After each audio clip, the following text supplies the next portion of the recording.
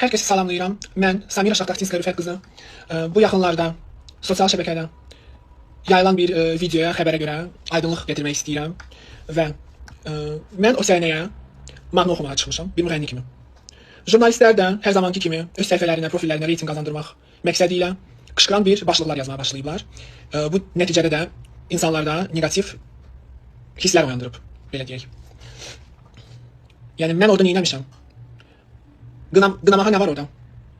Mən İncəsənət Universiteti bitirmişəm. İncəsənətlə, mədəniyyətlə əlaqəliyəm yəni.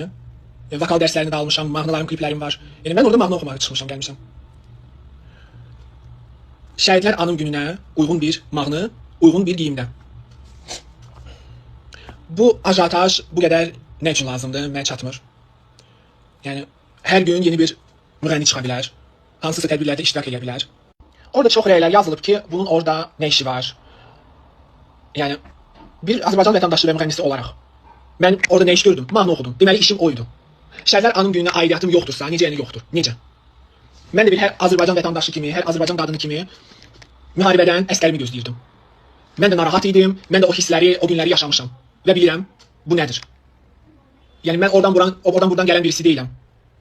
Mən Azərbaycanda doğulmuşam və nə qədər də ətrafımda negativ insanlar olsa belə, mən öz vətənimi sevirəm. Bu videodan öncə belə məni tanıyanlar bilirdi mən nə qədər xaricdə olanda belə qayıtmaq istəyirəm öz ölkəmə. Və kimsə oradan